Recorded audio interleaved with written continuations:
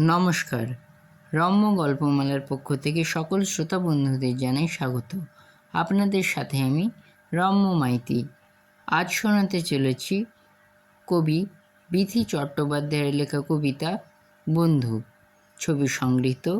কবিতা পাঠে আমি রম্য মাইতি। কবিতা বন্ধু।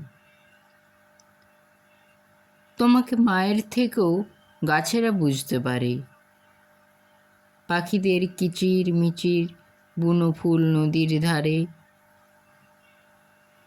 কখনো চায়নি ছুটি, রোজ ঠিক সূর্য ওঠে। বুনো ফুল বন্ধু হয়ে আমাদের জন্যে ফোটে। গাছরা মায়ের মতো, শুধু চায় তোমার ভালো। মেঘ আসে, বৃষ্টি আসে, সূর্য দিচ্ছে আলো। কেমন লাগলো আজকের কবিতা? কমেন্ট বক্সে অবশ্যই লিখে জানান। কবিতাটি ভালো লাগলে লাইক এবং শেয়ার করতে ভুলবেন না। পরবর্তীকালে নিত্য নতুন নানান ধরনের গল্প কবিতা শুনতে এখনই আমার চ্যানেল সাবস্ক্রাইব করে পাশে থাকুন। ধন্যবাদ।